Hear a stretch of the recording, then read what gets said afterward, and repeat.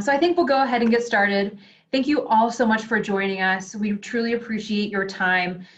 Today we're going to be talking about how to present yourself on a college application at a selective institution. We have Darryl Jones from Gettysburg. I will let him introduce himself, but my name is Alee Singer. I'm a Senior Assistant Director here at Denison University. I'm originally from Akron, Ohio. I worked at several liberal arts institutions during my 8 years in higher education, and I've been at Denison for about a year now, starting next week. So it's kind of crazy to think about that. A lot has changed in the last year, but I'm excited to speak with all of you about the application, which is my favorite time of year. But I'll let Darryl introduce himself. Thank you, Alee, and welcome everyone. So as Alee said, I'm Darryl Jones, and I am a Senior Associate Director of Admission, also our Coordinator for Multicultural Admission, and I am our Intercollegiate Athletics Liaison. I came from the finance industry for a 2-year experiment in higher education, and I stayed. And every single one of those years have been at Gettysburg College. This is year 35, and I'm excited to tackle this next set of challenges as we have been. So we will both talk a little bit about how application processes across the nation have changed and what things you can do to make sure that you put yourself in the best light so that we can read you and select you. Thank you so much, Darryl. And as Darryl and I were sort of planning this webinar, one thing we talked about that I think kind of stands out and something that we should lead with is please feel free to ask questions, not only in this webinar, but as you're going through the college search process. It is literally our job to help you through this. We want you to have as little anxiety as possible applying to colleges, whether you're applying through a college's specific application, or it could be the coalition application, the common application. Many of us have gone through at least one admission cycle, so we want to be able to answer your questions appropriately for our institution as well as the applications. So please do not hesitate to reach out to your counselor. Each college on their website should give you an idea of who your regional manager should be. And feel free to reach out to them. And if they can't answer the question, they will find someone who will. We are all going through this together, which I know is cliche at this point. But we truly want to help. We want to make sure that you have the most updated information possible in front of you. So ask your admission counselor, keep checking our website, see if protocols have changed. The best place to start is our website, and then you can go from there. But we're excited to help you. We're all doing this at the same time. So please don't hesitate to reach out to your college counselor if you do have a question about literally anything. So I love the enthusiasm already. We've already been asked a couple of questions, Alee, on suggestions for successful admissions interviews and when should we begin to apply, and does it matter which application form you use. So how about if I talk about the interview piece and you talk about applications, and we'll break that down together. Perfect. So folks, yeah, so here is what's happening with interviews now. I was on a panel with 6 different colleges and universities last night that stretched from Davidson College to Stanford University. And for the places that do interviews, they're all virtual because some campuses are open, some have a modified open, some are doing different things. But either way, here is how you interview. You talk about you, and you make yourself authentic. It's not about really trying to tell us who you are based on what you think interviews should be. It should be that you're ready to talk about your academic life and your life beyond the classroom. And if there have been any obstacles, you talk about those. And if not, you don't feel guilty about it. You instead feel fortunate that you haven't had things. But those things beyond the classroom can be school-related, non-school-related, a job, babysitting, hobbies. So, Alee, before I kick it to you for the application piece, what we want you to do is understand that you should come with questions that will find out about the life of a university. So as an example, Don't ask if Denison has a good psychology program, because if Denison offers something, they're making it all excellent. Instead, ask about professor-student interaction. Ask about class size from first year to fourth year. Ask about research opportunities, and ask about time spent between faculty and students, because that gets at the life of what happens academically. So to interview, just be you, because we are in a unique profession that actually publicly states often that we love teenagers. So your job is to keep us loving you. So what about the application, Alee?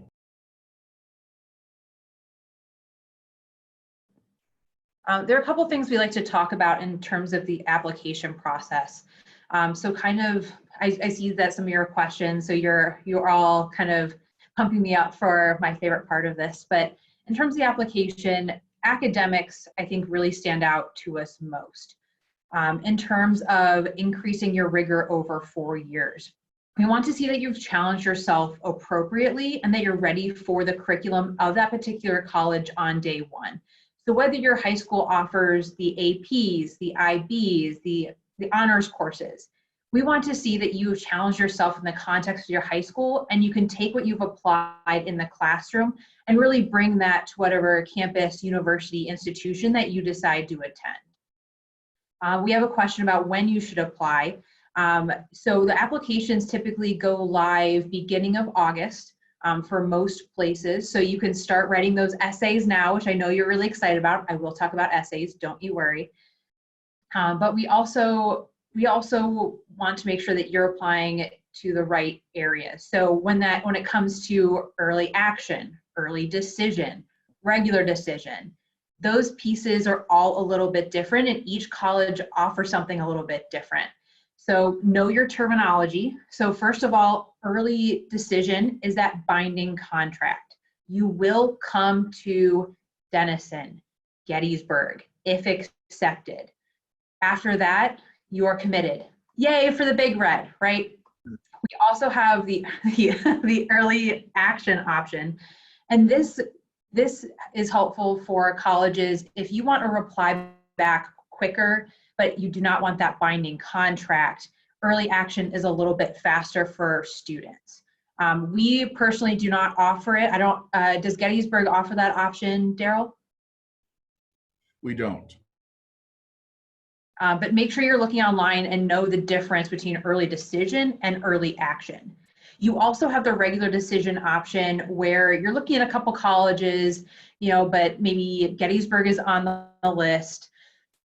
We take all of those things into consideration, but you're looking at several different institutions and you're waiting on that decision.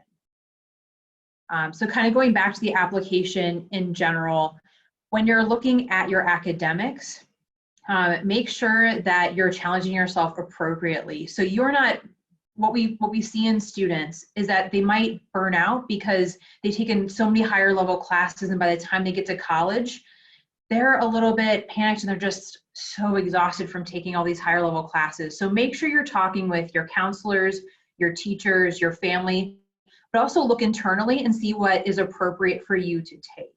But take all these into consideration as you're kind of looking at the academic piece for your different institutions. Also make sure you are doing your research on the institutions and looking at GPA. If the college requires testing, what does that look like? Make sure you look at that middle 50%, which is what we typically provide. That's not to say we won't take anyone below and we're only taking people above that, but that middle 50% I think is pretty telling for a lot of colleges. In addition, we also look at extracurricular activities. Whether you spend all of your time on a horse farm volunteering or you're a 3-sport athlete, tell us more about that. Give us the 5 or 6 activities that you love to be a part of while you're on campus and while or within your community. We are looking for depth over breadth. We'd rather see the things that you are committed to over 4 years than maybe that one volunteer effort you did your freshman year and you did it for a 1-hour a week for 3 weeks and that was it. Give us a little bit more than that and show us what you might be interested in on a college campus. In terms of the essay, Proofread, proofread, proofread. Read it aloud to your dog, your grandma over the phone. Do that twice. Make sure you're making your English teacher proud. It has a beginning, middle, and end. It is well written. It answers the question. I think Darryl will concur with this, that the most important piece is tell us more about yourself. Tell us a story about you. You do not need to want to know about Peace Prize to write a great essay. You tell us about that time that you were in the ballet recital and you were so nervous and then you ended up acing the dance. Or tell us about that time you went to summer camp and you had a wonderful leadership experience because you connected with a student there. I think one of the biggest pieces that biggest mistakes students make is that the essay is literally not about them. We want to learn about you. This is the best platform. Talk about yourself. Get excited about it because this is the best way to shine and for us to learn your story. With that being said, we understand that the world is going through COVID-19 right now. We also understand it's a very difficult time. However, if there's things that you want to share about COVID-19, maybe do that in the additional information section. Writing a COVID essay may not make you stand out, especially in the world we live in today. We understand that there are different stories and you learned a lot through it, but tell us that more in the additional information section than the essay itself. In terms of the additional information section, if you want to tell us another story about you don't think has been represented, you can do this there. So maybe you won an award and you're so excited about it. Tell us more about that. Maybe your grades dropped in your sophomore year because you got hit in the head with a lacrosse ball and you missed 6 weeks of classes because you had a concussion.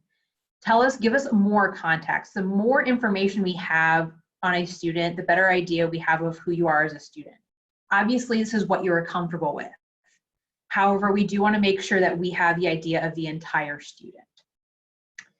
So moving from your personal side to academics, many colleges offer and require teacher recommendations. Take a look at what each college needs. I would say 2 or 3 is a great number.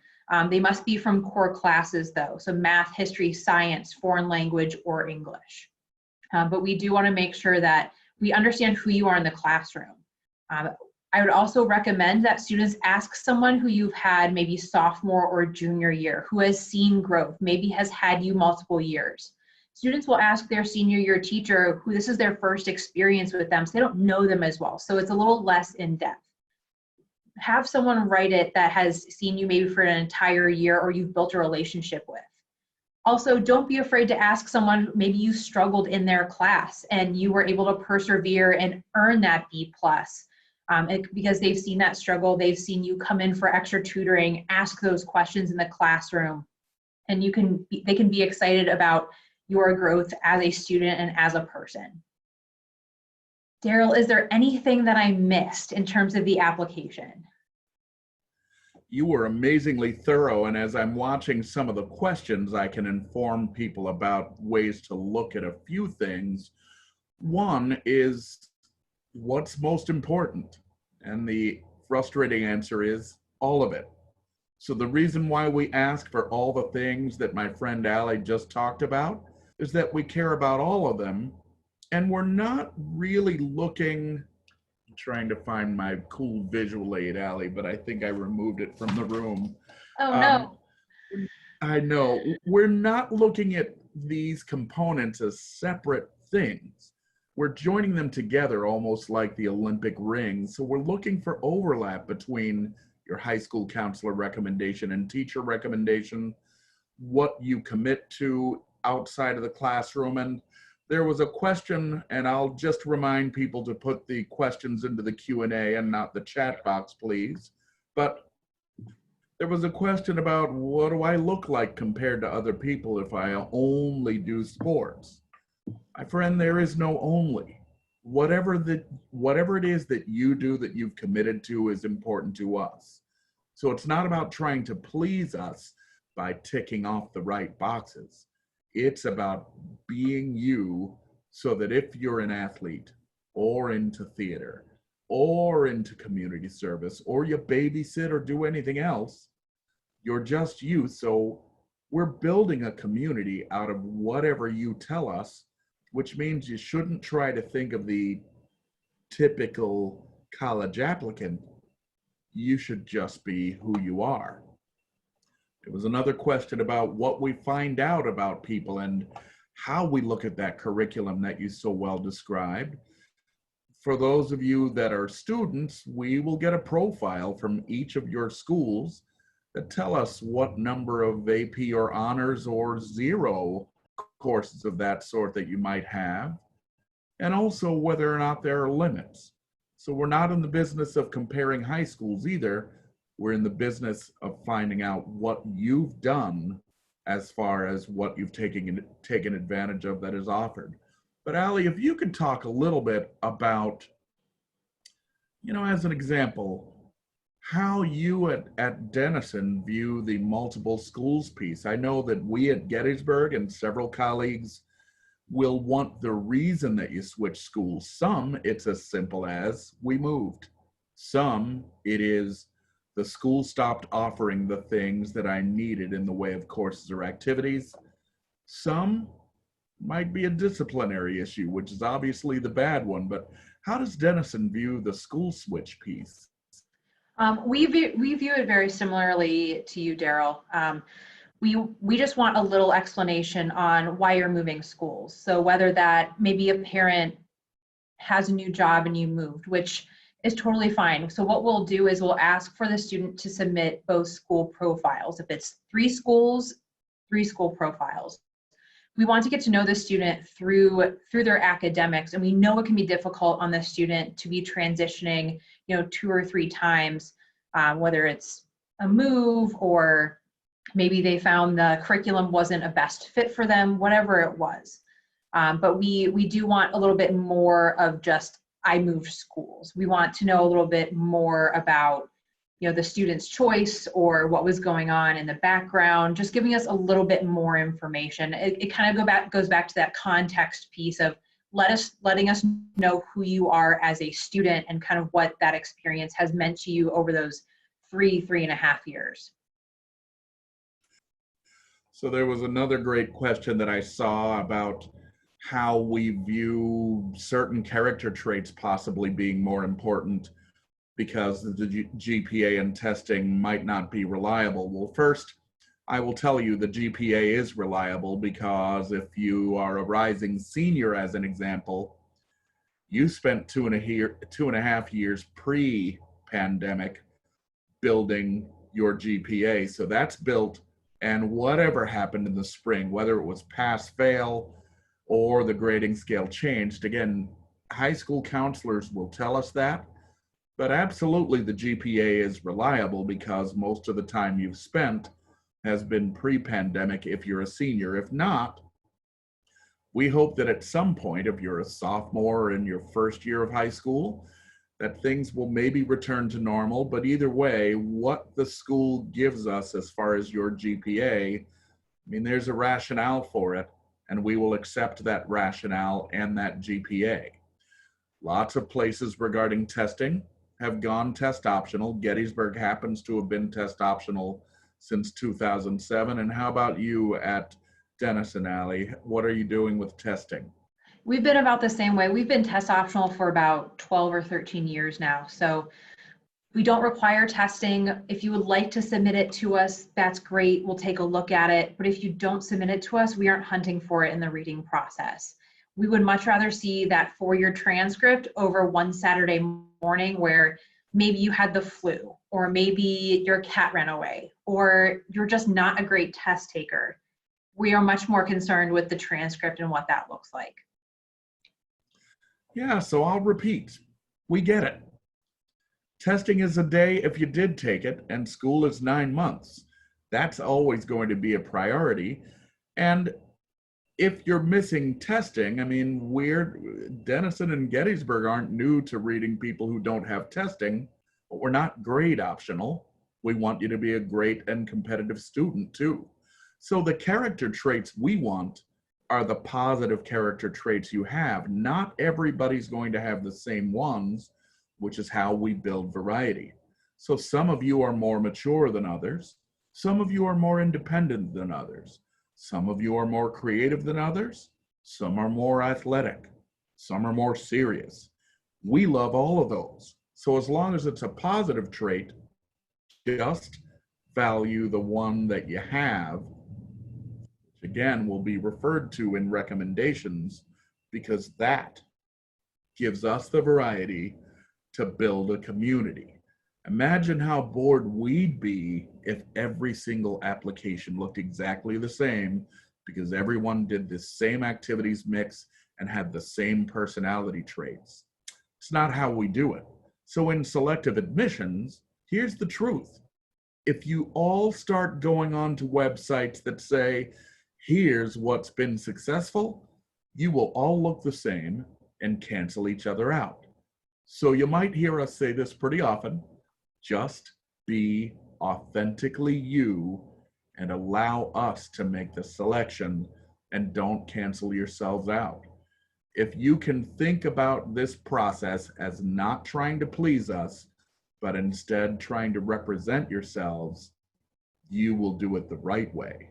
So in selective admissions, as an example, we don't mind that you missed out on an internship or a spring sports season or the spring theater because everyone had that same situation, so it's not going to hurt you. So because everyone's in the same boat, it is not going to affect your candidacy because everyone in our profession, I think, is going to be able to tell you in their own words how we've approached it since this spring. We approach it with understanding, we approach it with grace, and we approach it with flexibility. So each of you will get understanding and grace and flexibility from each of us. So don't worry, don't stress about that. Just control the things that you can control, which is whatever form next year takes, be your personal best at it. And if there are things that negatively impacted you, tell us. Use your phone for its original intended purpose. Actually call us. We'll listen and we'll speak with you. That's my sermon, Alee, but I got kind of fired up about that because I want people, we're not sitting back and going, oh, well, you were out of school and you're pass fail. We get it. You're fine. And your school should be communicating with us as well in terms of the grades you received, updated things in the last year. We all receive a school profile, so it will tell us a little bit more about what last year will look like. We do rely on the counselors in your high school guidance offices to really let us know what was happening at the school. They are professionals. They understand, what's going on, and we have an open chain of communication with them. So we aren't just saying, give us all the information and that's it. It is definitely a two-way street when it comes to the information that we're sharing with one another. You can also find a lot of information on our websites in terms of what we're doing. So if there are changes to the application, if you need more information, the website is the best place to start. I know there were some questions in terms of the essay and what that looks like. So there are prompts. You can actually find those online right now. If you wanted to find, I believe there are 5 or 6 prompts, and one is write a story that you think, is missing in your essay or missing in your application. So you are more than welcome to fill that kind of essay, but there are also more specific prompts that you could start right now. Students, if you would like to, juniors rising into seniors, you could start those now. It's a great way to spend your summer, is really perfecting that college essay, which I think your teachers and your counselors would love for you to do up front. But in terms of word count, all of that information is provided in the application. I believe they're typically the same between the coalition and the common application. There are also schools who will need supplemental essays. Look on their websites to find out if you need to submit a supplemental essay about why you're choosing that particular college, or, if you were a tree, what type would you be? I don't know. But there are some interesting ones out there. And when you're writing an essay, again, the story is what's important to us. It's what makes you stand out and it makes you authentically you, as Darryl was saying. It makes sense for us because we connect with the student. So how we read applications at Denison is that we have two readers as a part of this process. So if you are in Connecticut, Westchester County, or New York City and Long Island, I would be reading your application first because I have been speaking with your counselors. I understand your high school, and I can give our second reader who'd be reading it after me better perspective of what you look like in the context of your high school. So two sets of eyes are looking at every application that comes across our desk. So I think it's incredibly helpful for our students to know that if there's no way I'm going to miss something, but in case I do, someone else is taking a look at it. But Darryl, could you talk a little bit about kind of what your reading process is at Gettysburg? I will do that, Alee, and that'll allow us to sort of give a general timeline. So basically with colleges and universities, and this may frustrate the asker, but it depends. So if a place has a priority deadline of September 30th, you will submit your application by then, or you will not be as heavily considered. It's not something that weak students can do to sort of leapfrog the stronger ones, but it's important. So it's important for each college and university that you're looking into to look at what kind of application they use, and if it's an application they accept, whether it's the common application, their own application, or the coalition, use any one of them because they will read all of them equally. But you need to beat the deadline, so don't submit on the deadline. Help your counselor out by getting your materials to them before the deadline, well before the deadline. And then what colleges and universities will do, as Alee mentioned, is we read. We go into committee. And then we notify you at some points. So there are some places that have rolling admission. Those places will not be quite as selective sometimes, but it might be that you submit an application in late September and you hear by late October.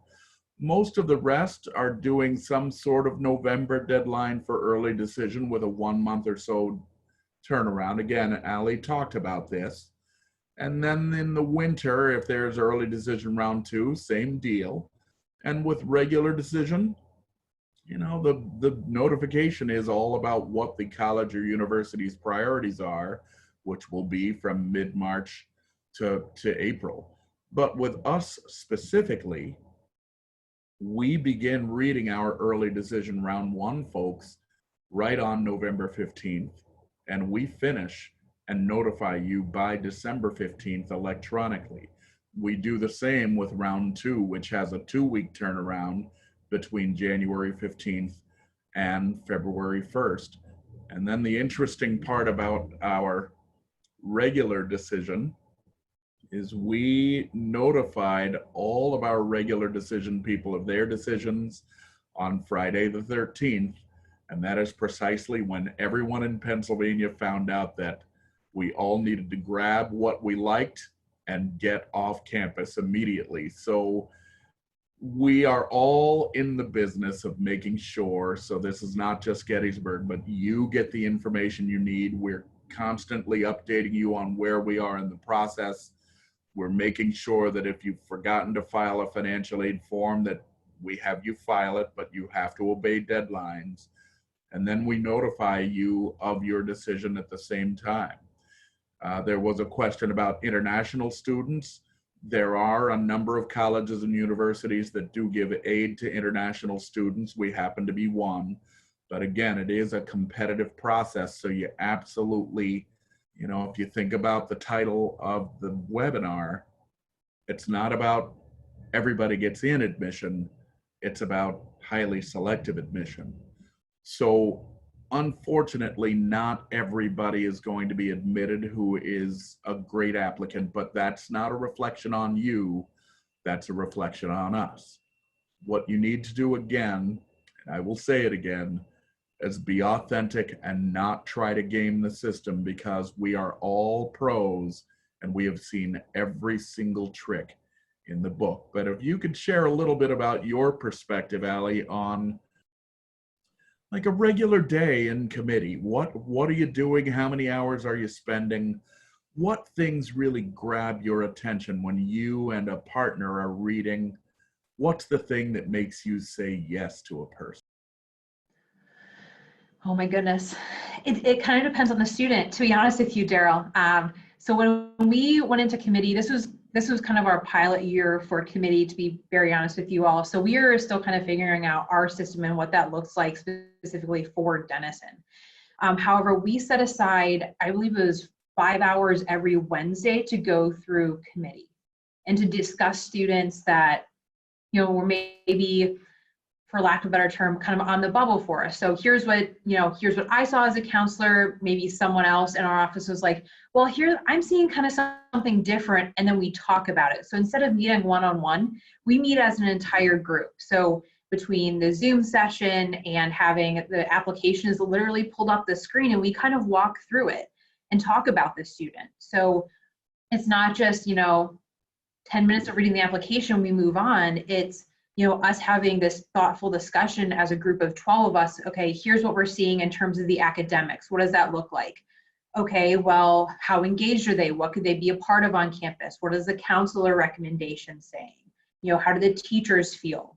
But I mean, at the end of the day, we want to make sure that this is a best fit for Denison. And to be honest, we do like to see some sort of demonstrated interest. And demonstrated interest, even though it's not the end all be all to our application, it's nice to see that students, have engaged with us in some way, whether it's sending me an email or coming to a virtual information session. You'll be able to find all of the virtual options on everyone's website at this point. So what is being offered? Denison is offering a limited number of tours right now, but you have to sign up because we have a limited number of students and staff giving tours.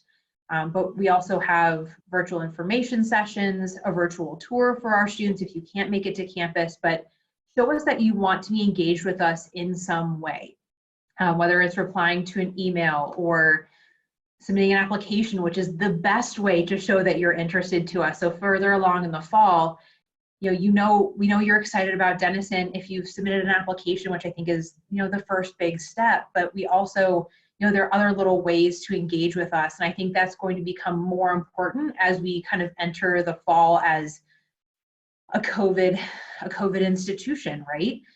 So we want to make sure that you're engaging with us. I think it's a great way for us to get to know you. We also have virtual interviews. Some schools offer interviews, some don't. It kind of depends on the institution. We are offering them. Our counseling staff will meet with a student for 30 minutes just to be able to put a face with the name as we're reading the application. We'll ask you about your interests, whether those are academic or extracurricular, and how do you manage your time, and seeing, how well you might fit into the Denison community. Darryl, would you be able to talk a little bit more about what demonstrated interest might look like for you and kind of what you look for? Absolutely. It is any and all of the things without being over the top about it. So as an example, since we offer interviews, have one. And now they're easy because you don't need to drive, fly, take a train to Gettysburg. You merely need to click a link and say yes. Or you can attend an information session, or you can sign up for a student chat. So any one of those, or again, go old school, just call us, because all of those are ways to demonstrate interest. Alee, there was a question about early decision and demonstrated interest. As you mentioned, it is an easy way to demonstrate that you have extreme interest, but demonstrated interest only counts at the places that count it. So we happen to be places that say, it's not that you need to be weird and send us an email every week because we're not doing a tally. It's please don't, yes. But please just understand that it's about just saying, look, I'm interested in your school, so tell us. Interview with us, take advantage of any of these opportunities, and we're going to believe you because we understand the way people operate. So, Alee, as you talk a little bit more about this whole process of selectivity, so there was someone that asked about things that stood out that led to people being rejected, but I almost want to approach it a little more positively. I mean, the obvious things that get people not admitted is if you are so far away from the typical student that we get that you maybe shouldn't have applied, well, that means you haven't done your research, so you're not competitive. If it's that you've had an issue that would make us think that you'd be a danger to our community, well, that can affect you. But what are some ways that people, again, can be included, which is a nice way of saying not rejected? We just want to make sure again, I know Darryl has said it a couple of times, but being authentically you. We take very seriously if you've had some infraction at your high school, and we want to know a little bit more about that and sharing, what maybe happened. We want to know more about you as a student, but also, definitely take a look at the website. I can't stress that enough. It's your biggest resource right now because you can't come to campus and hear more in-depth information. It's the best place to find GPAs, what we could look for academically. I know we've kind of stressed this a lot, but academics are a huge piece. We want to make sure you are ready for the curriculum day one. And we do take a pretty big look at, how well you've done within the context of your high school and what you've taken advantage of. So if you're looking at APs, IBs, honors, you max out your schedule and your school offers, something with a local college, go ahead and try to take classes there. We want to see that you have the highest level possible within your high school, and again, that you are challenged there. I know one of the biggest questions is, would you rather have an A in a regular level class or a B in AP class? It depends on where you feel most challenged. And if you feel you are going to learn so much more in AP US history versus global studies, take that AP class. Show us that you're willing to take on that challenge, and you might receive a B, but you still have an opportunity to receive college credit if you take that AP US history test. Hopefully those will be available in the spring. But you might be able to receive a college credit there. So there are benefits to continuing to have those discussion with those people who are in your life that care about you academically, emotionally, and really talking with your counselor about what could be the next best step for you. We want to see that you've been engaged within your high school. We've seen students who list 0 or 1 activity. How do we know you're going to be engaged in the campus community? I speak for Denison and saying we're not a place where you can hide in your residence hall for 8 hours a day, sometimes go to class, and that's your 4-year experience. We expect you to be engaged in the classroom in discussion, but also outside of the classroom, getting to know your peers, whether you're interested in athletics or the arts or philanthropy organizations. Maybe you just really like the outdoors and you want to go camping for the weekend and you take a group of friends. We want you to know that we have a community that is incredibly strong and that we want you to be engaged. So even if you only have done one thing, because some students will say, this is the only thing that I do. Well, you do more than that, right? And if not, tell us a little bit more about that. We know some people are so focused on one thing, but show us everything that you've done in that specific area instead of just the one thing, because we know there are so many hours in a day too, right? So maybe don't list everything. But yeah, and reading applications, I know some students feel this way, but your essay is just, if it's a good essay, we're not just like, oh, this student is boring, or it's not going to make or break your application. Don't kind of be weird about it, right? But just, we want you to tell your story, put some thought into it, have someone read it over, make sure it is something that you are proud to submit. So Alee, I'm going to use this as an example. Might be a little over the top, but it'll answer a lot of the questions I saw in the Q&A, and you all have some absolutely fantastic questions. So when I'm making a decision, I don't care about your grades, because at that stage, you already have them.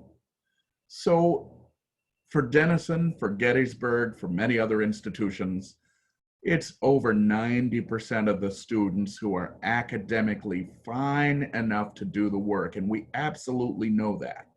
And it's not about the number of advanced classes, as Alee said. It's about how successful you've been based on what is available at your school. So it's not a race. But then from there, you need to understand that, you know, we're test optional, so we're not going to run your SAT around the building, because people who submit, of course, are confident with their scores. We don't go, oh my gosh, run over here, Alee. You have to see this transcript. It's so exciting. We can read that in a minute. It's the rest of you that we care about. So, you know, I appreciate your questions, but I want to tell you that when my friend Alee says we care about all these things, you should believe her, because that's how we view it. We're looking to find a reason to include you, and some people just provide a little more substance than others, but it's still authenticity. So, Alee, you made me think about the number of hours in a week with what you just said. So I think the total number of hours is 168. So 7 times 24 is 168. So if you have so many activities based on the number of hours per week, number of weeks per year, that your activities list is telling us that you have 120 hours a week worth of activities. Well, here's what I know. We're going to wonder when you sleep.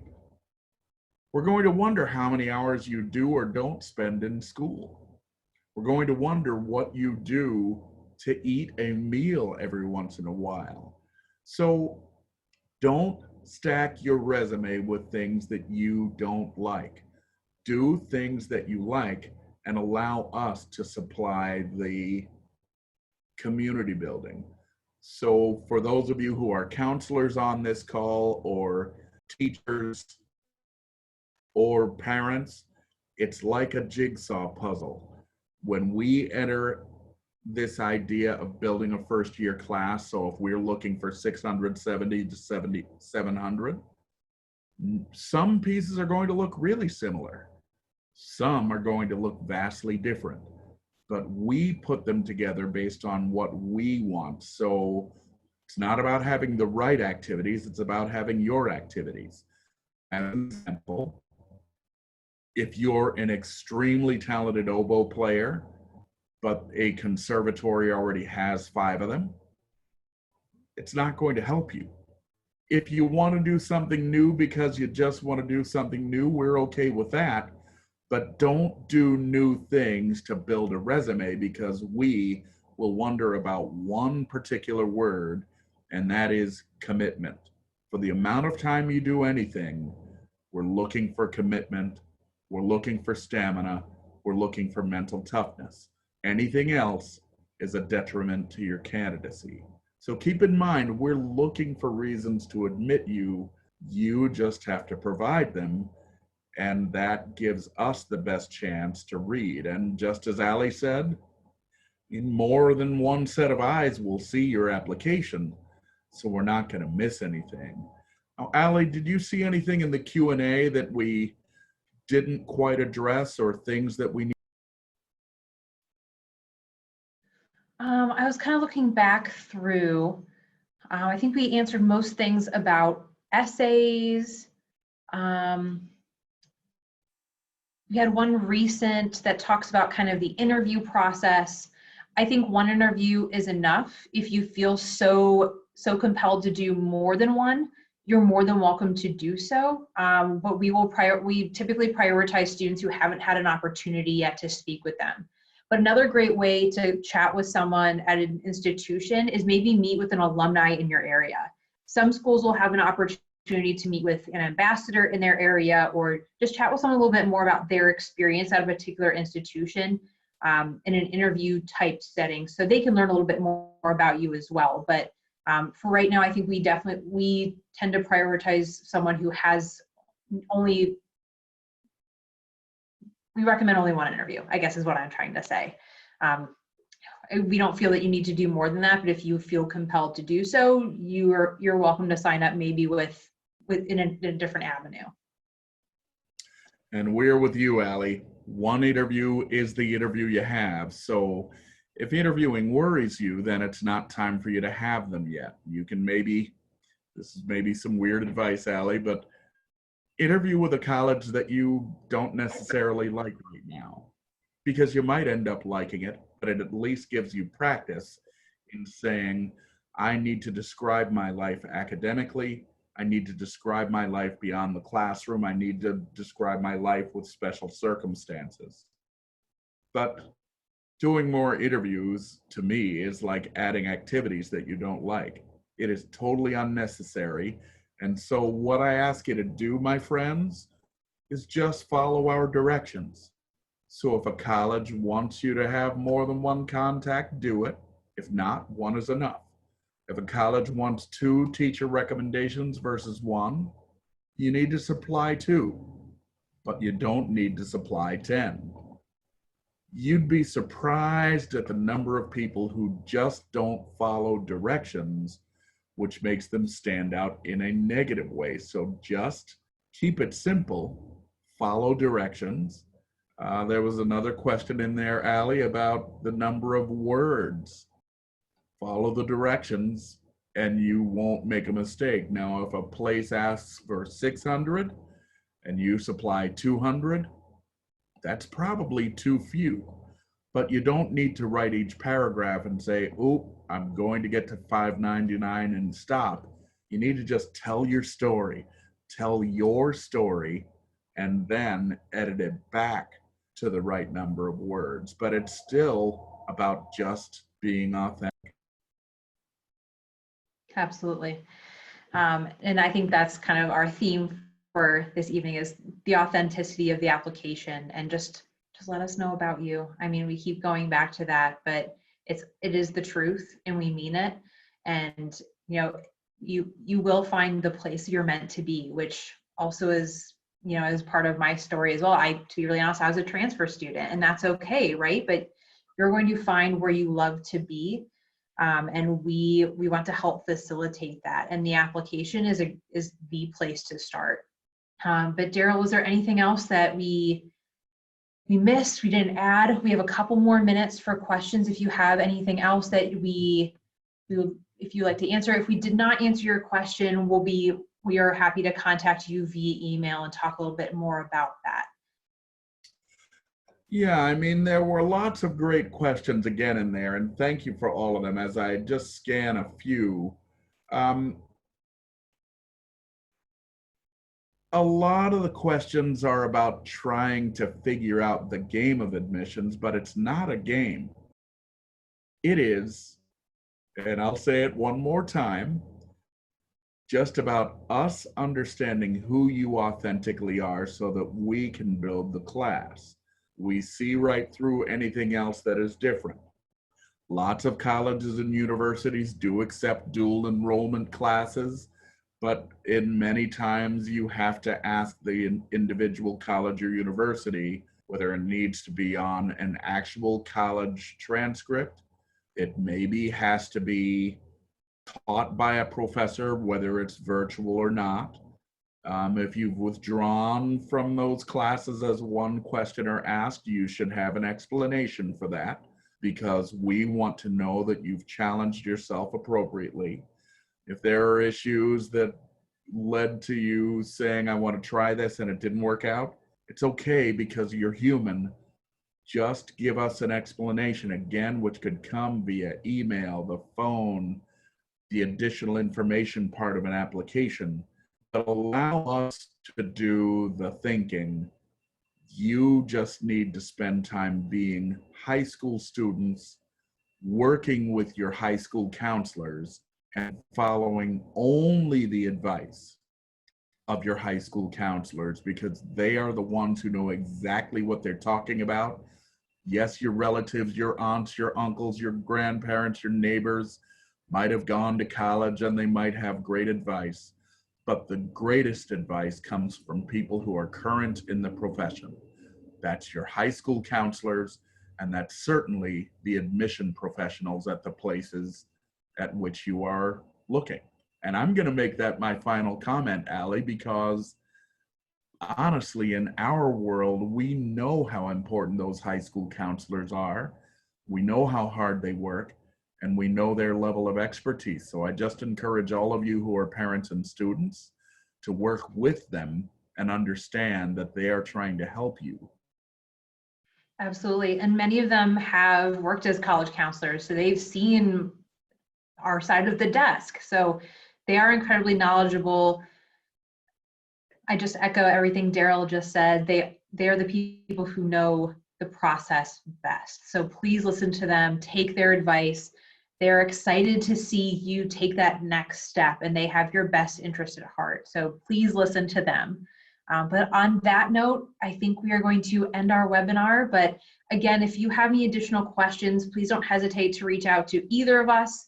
But we'll also go through the question and answer and make sure we have everything answered for you if you felt your question was not answered. But we thank you so much for your time this evening. You could have been doing anything else for the last hour, but you came and joined us, and we appreciate you so much. So please keep in contact with us.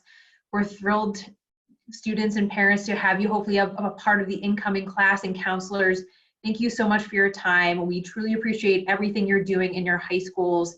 And we hope to see all of you this fall during travel season, if that is to happen. If not, please connect with us via email, over the phone. And we appreciate your time. So thank you so much. We hope you have a great evening, and we'll talk with you all soon. Thank you. Good luck, everyone.